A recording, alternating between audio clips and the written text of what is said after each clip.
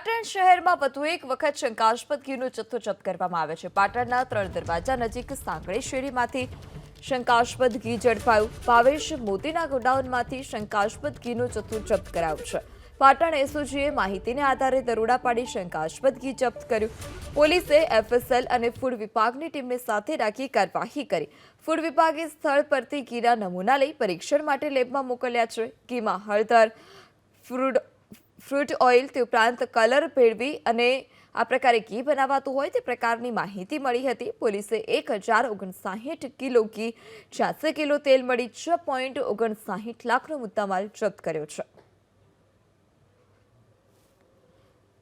તો પોલીસે 6.59 લાખનો મુદ્દામાલ જે છે તે સીઝ કર્યો છે। કેમિકલનો ઉપયોગ થતો હતો આ ઘી બનાવવામાં, ત્યારે ફરી એક વખત આ શંકાસ્પદ ઘીનો જે જથ્થો છે તે પાટણમાંથી ઝડપી પાડવામાં આવે છે। લોકોના આરોગ્ય સાથે ચેડા કરતા આવા બેફામ તત્વો વિરુદ્ધ કાર્યવાહી કરવા પણ માંગ ઉઠી છે। ત્યારે 3 દરવાજા નજીક એક ગોડાઉનમાંથી આ પ્રકારનો ઘીનો જથ્થો જપ્ત કરવામાં આવ્યો। ભાવેશ મોદી નામનો જે યુવક હતો તેના ગોડાઉનમાંથી આ ઘી જપ્ત કરાયું છે। એસઓજીને બાતમી મળી હતી અને પાટણ એસઓજીએ બાતમીને આધારે દરોડા પાડ્યા।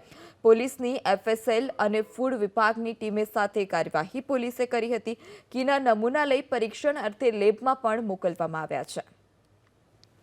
વધુ માહિતી સાથે સંવાદદાતા એઝાઝ પણ આપણી સાથે જોડાઈ ચૂક્યા છે। એઝાઝ પાસેથી વધુ માહિતી લઈશું। જે એઝાઝ, હાલ અત્યારે કેવા પ્રકારની કાર્યવાહી કરવામાં આવી છે, કેટલા પ્રકારનો જથ્થો સીઝ કરવામાં આવ્યો છે, અને આ કંપની કેટલા સમયથી, આ ગોડાઉન કેટલા સમયથી ધમધમતું હતું, શું વધારે વિગત?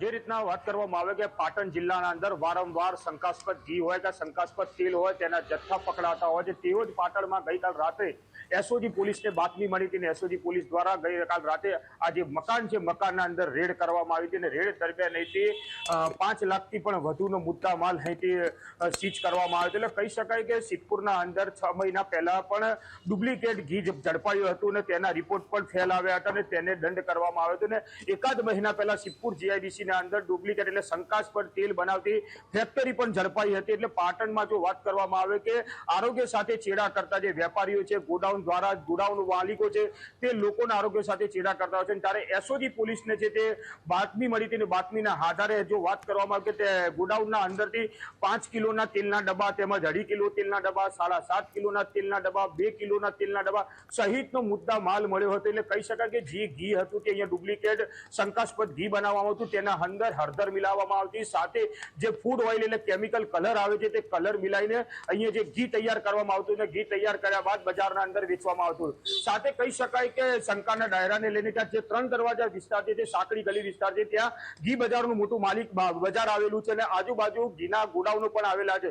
પરંતુ જે ફૂડ વિભાગ પર અનેક સવાલો ઉભા થઈ રહ્યા છે કે વારંવાર એસઓજી પોલીસ દ્વારા જ ફૂડ વિભાગના જે કામ કરવાની છે તે એસઓજી પોલીસ જ દરોડા કરતા હોય છે ને તમામ જગ્યાએ ઘી તેમજ તેલના તેમજ પનીરના જથ્થા ઝડપતા, પરંતુ ફૂડ વિભાગ ઘણા સમયથી કામગીરી કરી છે, પરંતુ આજ દિન સુધી એક પણ જગ્યાએ રેડ કરવામાં